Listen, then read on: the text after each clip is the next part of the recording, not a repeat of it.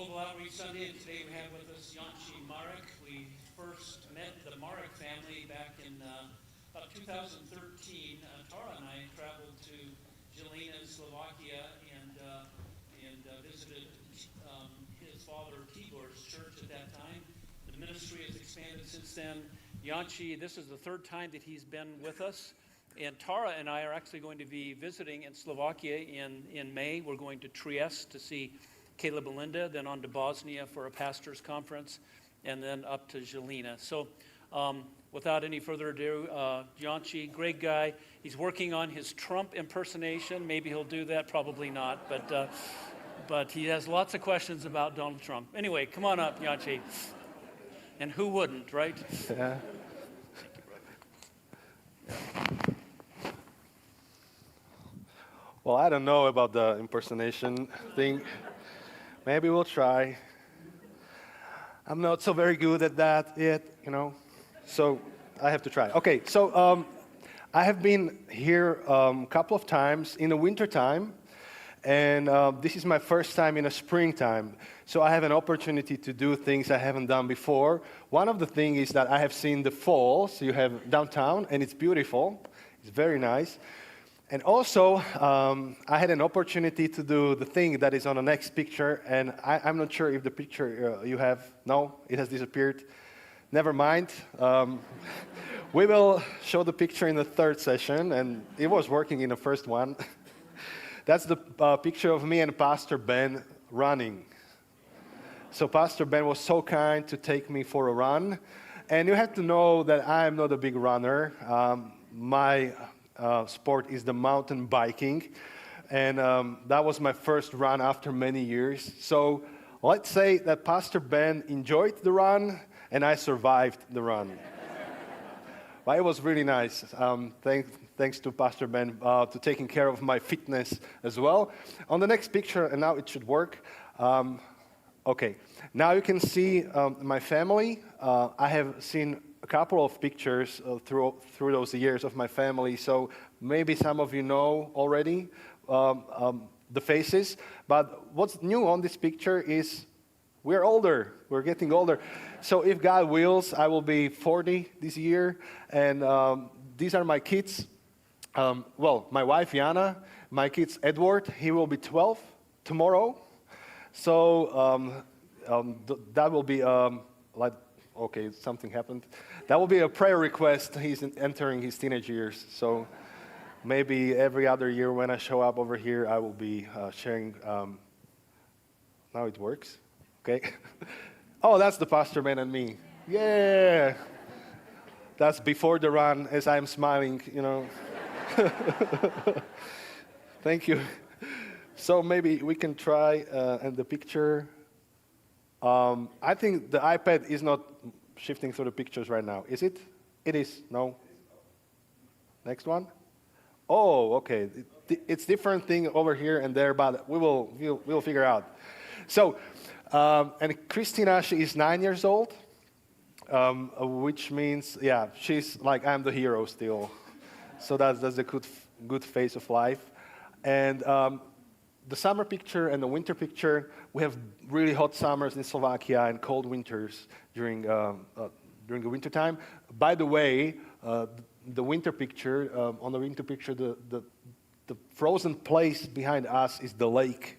So it's really cold. We can walk on the frozen lakes. And my wife, Jana, she's a teacher at a high school. She teaches English language.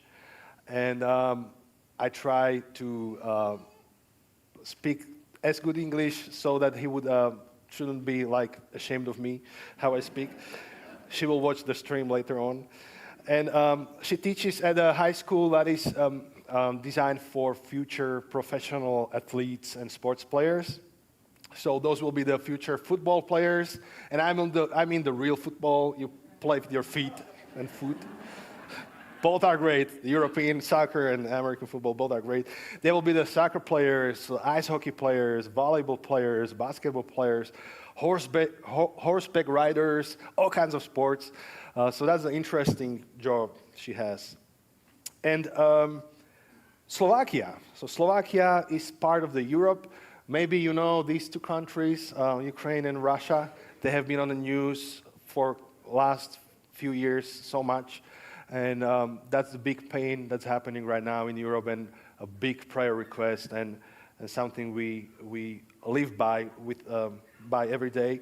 And Slovakia is very close to that. So the red country right next to Ukraine, that's Slovakia. So we have been affected by the war and the situation greatly. There is no war happening in Slovakia, but we are right next to it. So that's our situation. And we're in a very special context. We are in a context that is post-Christian and post-Soviet.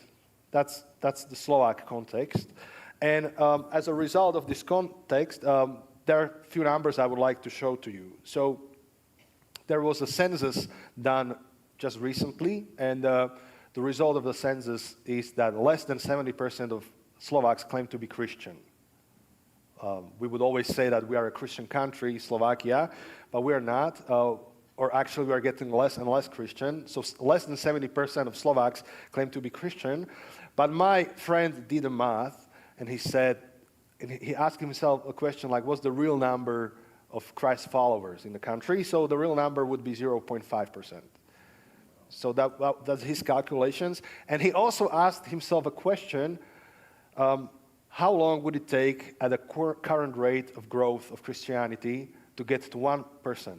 So how long would it take to get to 1% of Christians? And it's 2,000 years. It's not like in 2040, it's in 2040 years, resulting in the year 4060. So I don't know, maybe, AI and robots will take over the world by that time. Nobody knows. Well, we know the future, but so that's our context. Post-Christian, skeptical, culture, angry about God, angry about Christian, or just we don't care about Christians, and strongly nationalist country. The faith, the religion is connected to the nation. And I would like to share two, where is this? Here? Two children's stories with you. And why children's stories? Because that also represents the way the culture is shaped in any country. If you open the children's books and you read through the story in the children's books, you get a picture. You get a picture how the country is doing. Why? Because children are born into this world confused, with no idea how the world works. And through the stories, we teach them how the world works. And these two stories are not great stories, I will show you. But these are the stories that imprint the image or a certain idea of God into the generation of Slovaks. So the book on the left is a new book. It was written by a German author. And it was translated to Slovak language maybe 10 years ago. So it's read by the current generation of children. And the book on the right was written 60 years ago during the Soviet times in Slovakia. And they were read, or the book was read by the generation of my parents. And I read the book as well as a child because I found it in a library, and I will share it with you. So the book on the left, it's called At Eight on the Ark by a German author. It's a story of three friends, three penguins. The book discusses, among other things, the concept of God with children. And this is the way the God is introduced to them. A few quotes. The first quote, "He made up a bunch of rules and can be quite unpleasant when someone doesn't follow them." So imagine you have a bedtime story. This is the book your parents open. They read about God, who is very unpleasant. Well, the second quote, "God won't be too thrilled about this." Okay, another bedtime story. Another quote, "God has an excellent memory and never forgets to punish a penguin who didn't stick to the rules." Ooh. And the last one, "It's possible that when God was creating this land, nothing special came to his mind. But when it comes to inventing punishments, he has an incredibly wild imagination." Oh, so this is the book we can get in a store.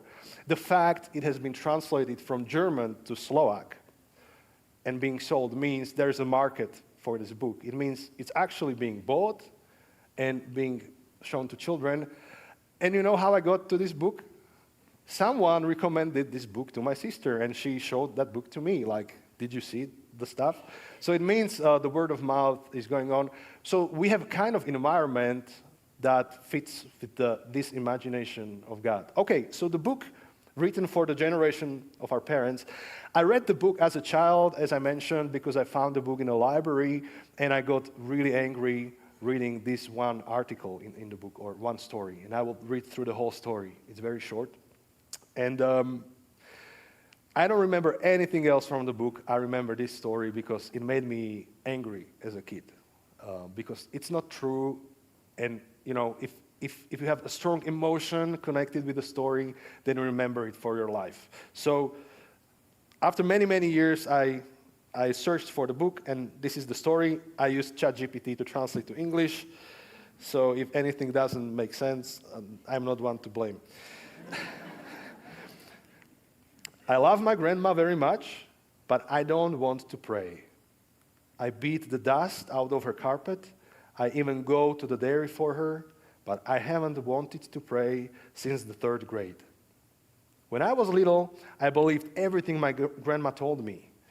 I still believe her now because no one should think that my grandma lies or makes things up. But back then, I used to pray, and now I don't. Even when I was a little and my grandma put me to bed, sometimes I didn't want to pray. So she would scare me, saying that if I didn't pray at night, I would die by the morning and God would be angry with me. She scared me because I was sometimes lazy. What else was she supposed to do? But I was afraid and I didn't want to die because it was much better to stay in bed. So I prayed. Later, she didn't even have to scare me anymore. I prayed every time and always. Sometimes I skipped the middle part, but then I went back to make sure I had done it right. In 3rd grade, my dad promised to buy me ski boots. But he only got me regular ones, and I felt very sad because Michael got the real ski boots. He had them, and I didn't. That night, I went to bed and deliberately didn't pray because I wanted to die by the morning. I couldn't fall asleep for a long time, imagining myself dead in the morning. My dad wouldn't go to work, my mom wouldn't either. They would just cry over me and regret not getting me the ski boots. But by then, it would be too late because I would be dead and that would be the end of it.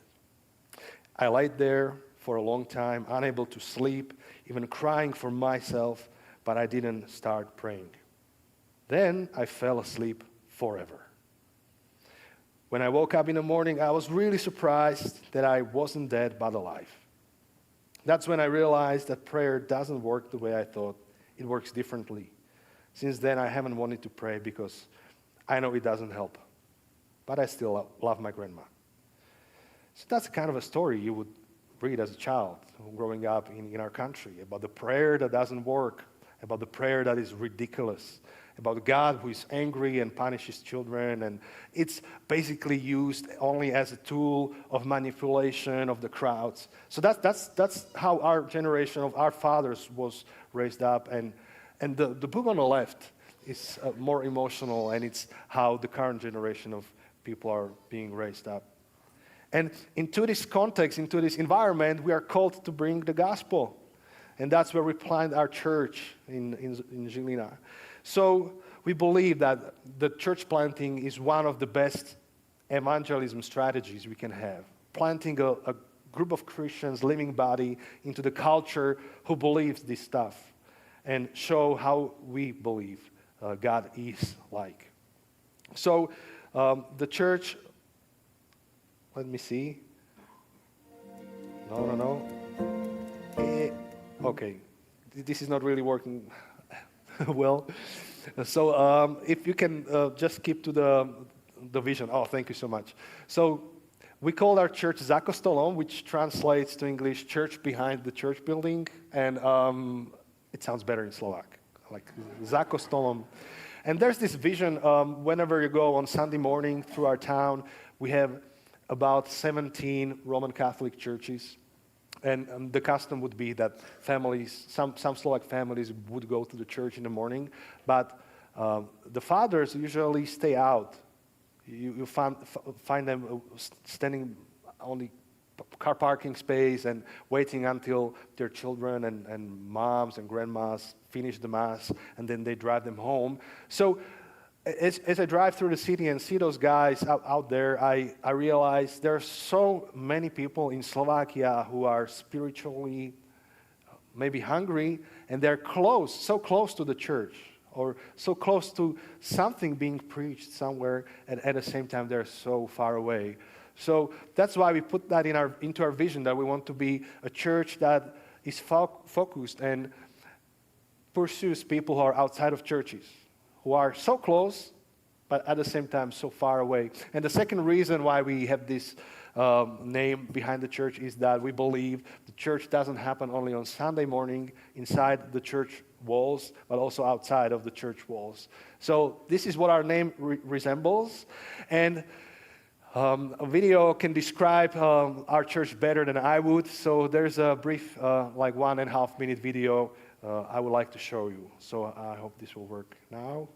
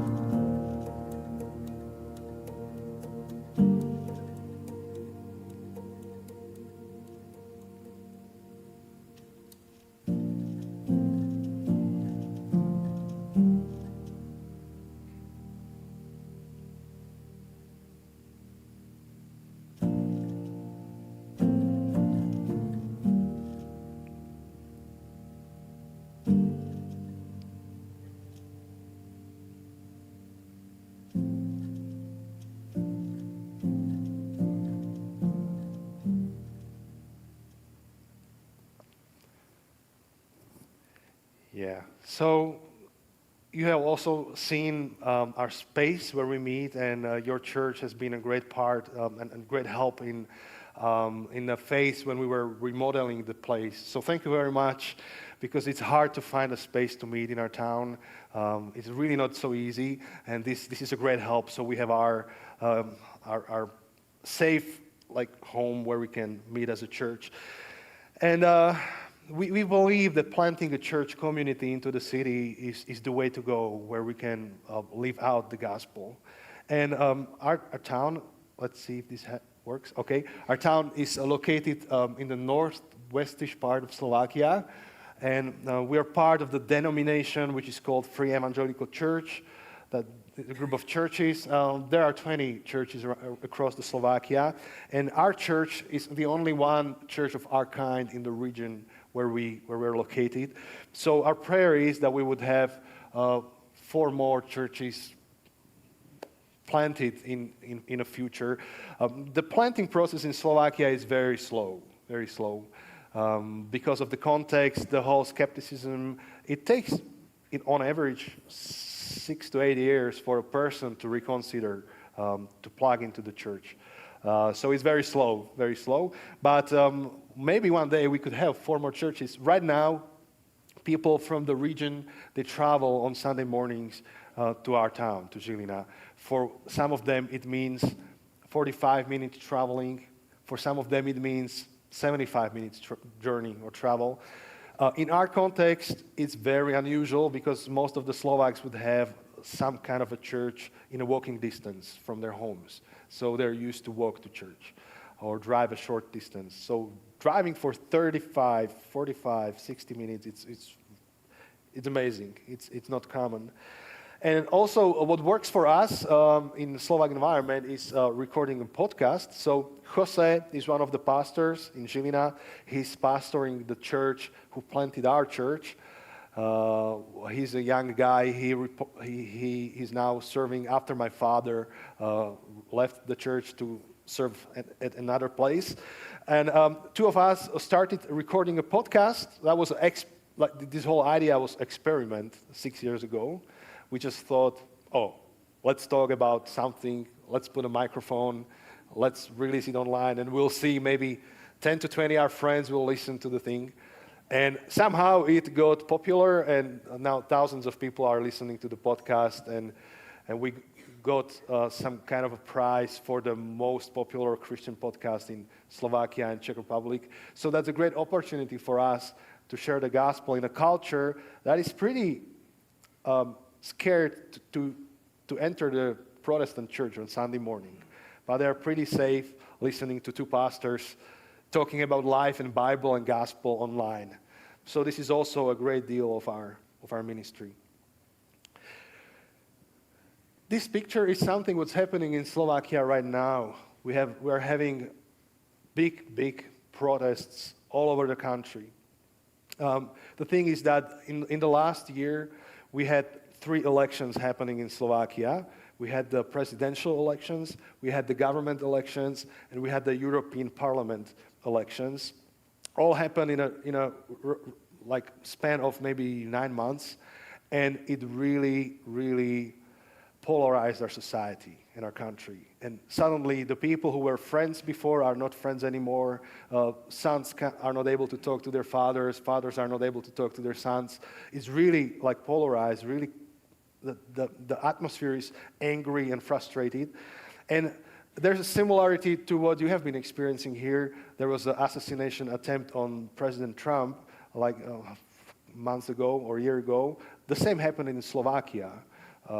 There was an assassination attempt on our prime minister. He actually got hit by the bullet and he survived. But the whole thing didn't help the situation in Slovakia. So right now our nation is angry, frustrated, and tens of thousands of people across the whole country are meeting in a city squares and are protesting. And all this thing starts to have a religious vibe or religious feeling, because it's regular, it's every Friday, all over the country.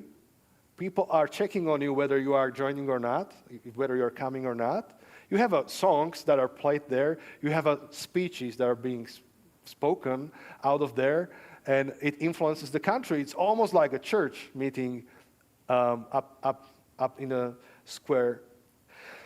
And it also influences the church. And we are in a big temptation to believe that the politics will bring the heaven on earth. And the religiousness of the whole situation is visible in a way we are either hopeful or hopeless based on our political situation in Slovakia. Someone has coined the term, let me read it, politicism. Anytime you have a ism at the end of the word, that's something that is trying to replace God, if I may make it really simple. Politicism. It's good to be political. I mean, it's good to be an active citizen of democratic country, taking part at elections and having opinions and voice your opinions. It's very good and it's needed and it's necessary, because we are not kingdoms, we are democratic countries. But at the same time, there is a way of making this into a religion, and it becomes politicism. The belief that politics can bring the heaven on earth or hell on earth. And the church is affected by that. People, even in our church, are affected by this whole thing. Many of them ask themselves the question whether they should stay in a country or should leave the country. Because it's pretty easy just to stand up, move to another European country. We have the free market. I mean, we can work anywhere we want and just move somewhere else. And the big question we have to ask as a church in Slovakia and Christians in Slovakia is, Are we stuck in here, or are we sent into this place? Am I still living in Slovakia because I'm stuck and I can't leave, which is not true? Or I'm still living in Slovakia because I believe this is the place where God is sending me? And we have to help Christians in Slovakia to see this, that we are not being driven by politicism, but by God's vision for our lives. And that's my big prayer, that we would be the church who understands the reason why we are in Slovakia. This is another similar picture from the protests. There was a power outage, no electricity for a while. I don't know what happened. Maybe the speakers were too loud, amplifiers or something. I don't know. There was a brief power outage. And all those thousands of people, tens of thousands of people, took their cell phones and shined. And you see the picture. It was beautiful. And at the same time, it was so metaphorical. It was a great illustration of the fact that we are searching for light. The people on the squares, the Slovak nation is searching for light. And we have some kind of light in our pockets. Like we have the phone, we can turn it. We have some kind of answers for our lives, but we really need light. And we don't have it. We think we have it, but we don't have the light. And the question is, who has the light? Where is the light? And the correct church answer is Jesus, of course. There's a joke we say that if you ask a group of church kids, like church children, the question, there is a tree and there's something brownish and hairish hanging from the tree. What's that thing? They would answer you, well, we think it's a squirrel, but we bet it's Jesus. So yes, Jesus is answer to everything. And it's correct because he is the light of the world. That's what we have sung in many songs during the Christmas time. And we will remind that to us in the Easter time again. But there's something very interesting that Jesus said. This is what he said. In the same way, let your light shine before others so that they may see your good works and give glory to your Father who is in heaven. So what's the truth? How is it? Is the church light or Christ light? And it seems the both is true. Christ is the light, and he sends us as a church to be the light to our nations. So this picture is historical one. It's of the Brethren Church, Moravian Church, Unity of Brethren, and I would like to read something about them. If you trace the history of our church in Slovakia to its roots, it would be this movement of Brethren. In fact, if you would trace any Protestant church's history to its roots, it would be the Moravian Church, the Brethren movement. Even, I bet, the history of this church, you would trace to them, to these guys on a screen. And the history was in Moravia, which is very close to our town, to our country. It's today Czech Republic. And the historian Joseph Edmund Hutton writes about the synod that was happening in 1464. And the result of the synod was this commitment. Above all, we commit ourselves to unity of faith in Jesus Christ. We will rest in the righteousness and love of God. We will trust in the living God. We will do good works. We will serve one another in the spirit of love. We will lead a virtuous, humble, gentle, sober, and pure life. And through this, we will be assured that we are holding to the true faith and that a home in heaven is being prepared for us. And the historian Hutton continues, in every detail of life, in business, civil society, and family, they held to the Sermon on the Mount. What made the unity of the brethren shine brightly, like a city on a hill, was not their doctrines, but their lives. Not their theory, but their practice. Not their opinions, but their discipline. Great reformers such as Luther and Calvin spoke of these people, of the unity of the brethren, saying they were a jewel in the crown of the church. So the Sermon on the Mount created such a culture in their church that people saw their good deeds and glorified the Father who is in heaven. So this is the history of the church. It always has been preaching the word and living the word, preaching the doctrines and living out the doctrines.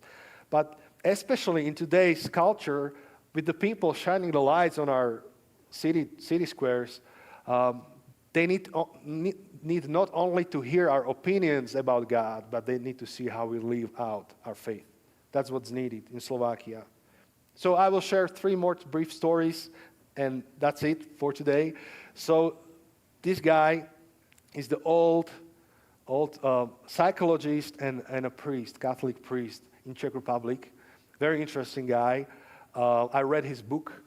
I met him, by the way, in person, and I read his book where he describes how he was growing up as atheist, and he described his conversion to Christianity.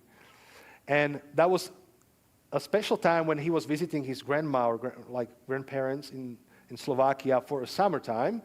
And as a part of the things he was doing there was he visited a local church, like the Roman Catholic Church, and he met the priest for the first time in his life. And he was very excited about the meeting. And he was surprised that the priest wasn't like putting doctrines on him on the very, very first meeting.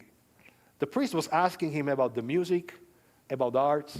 He was talking about life. And this guy, when he was young, he was very curious, and he wanted to see the priest on another day, and then again and again and again. And they end up meeting for the whole summer, talking about all things in life. And this is the thing he wrote in a book. He was so excited about this old priest that he said, if this is a servant of God, what must God be like? So this is what changed in him. He asked himself a question, if this is a servant of God, this interesting guy, what must God be like? And that question led him to ask a different types of questions, spiritual questions, and he came to find God in his life. And I believe this is the way it needs to go in our church as well, in Slovakia. We need to preach the gospel and live out the gospel. So this is the picture of one of the baptisms we had recently. Actually, one of the most funniest baptisms ever, because this guy, he has the bees. How do you call those? Like he has the beehive and he creates honey. Okay, so and he loves the nature and he's the natural type of guy. So, and my name officially is John. Everyone calls me Anchi, but I'm John. So he told me, well, you're the John the Baptizer now, and he brought his honey.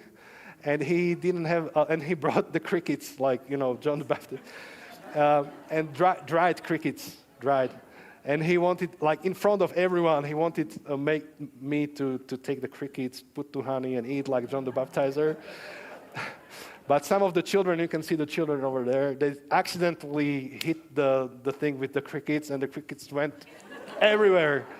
And the crickets were swimming in the water. We had to clean the water before we did the baptisms because he would be okay with that water, but his wife not so much. We were baptizing her as well. So, but this guy, when he entered our church for the first time, he said, I'm here only to be a support to my girlfriend, his wife now. I'm not a believer. I was never, like my parents were not believers. I don't think much of church. I don't think much of Christianity. But I want to be respectful towards my future wife, so that's why I'm here. And we spend hours talking together and about life, about Bible, about faith. And 2 years later, I got a phone call from him or some kind of a message in the middle of the night. It was a message, not a phone call, message, but like voice message. And he just started, it was a very exciting message about how he had a moment with God. Somewhere in a foreign country where he was working, he had a moment with God, and he testified. He testified that now he sees that God was present in his life for many years, and now everything fits together. And basically, he was just asking me whether I would baptize him when he comes back to Slovakia, and that was a joyful moment. And I realized that it happened when he was alone somewhere working in Austria. And God was with him over there, and it was not us. It was God doing something in his life. But at the same time, this guy told me many times that he finally understands the gospel and the message of the Bible in our church, because we speak about the Bible and preach in a way that makes sense to him. So that's one example of the need we have to be a church who preaches the gospel, preaches the Bible, preaches the truth in a way that actually makes sense to Slovaks. But at the same time, there's another story, and I don't have a picture to illustrate that. It's a story of a couple I was preparing for a wedding. That was a premarital counseling I did for them. And as a part of the counseling, I invited them for a dinner, to spend a dinner time with our family. So they had a dinner, and then we were having our evening ritual where we pray with our children and send them to sleep. So there was this couple, and then there were our kids, and I prayed, my wife prayed, our first kid prayed, and second kid. All four of us prayed. Then we kissed goodbye and sent them to sleep. And then the lady started to cry. You could see her tears. And then she said, "My family claims to be Christian, but I have never seen such a nice thing ever in my life. My family is Christian only on Sunday morning. And then when we get to our real lives on Monday, we are fighting each other. We are angry towards each other. And what I have seen right now is the thing I would like to have in my life and in my family in the future." And ever since that evening, they both started to attend our church. And that's example of a need of gospel that is lived out. Not only the ideas we share and the things we preach. It's both this and the life that is being lived out. And the truth is that in every story of faith, there's someone's name attached to it. If you would think through the story of faith of yourself, your own faith, there would be a person's name attached to the story.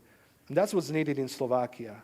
So again, there's this great challenge we have by Jesus. In the same way, let your light shine before others, so that they may see your good works and give glory to your Father who is in heaven.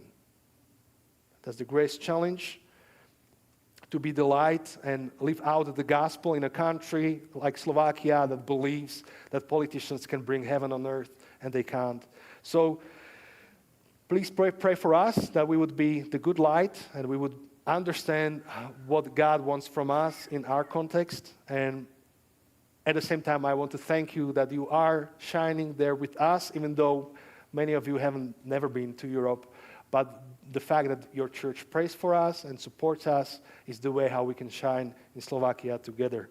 So this is a greeting from our church. We had some retreat in the mountains, and you are very welcome to come and join us sometime. I will pray.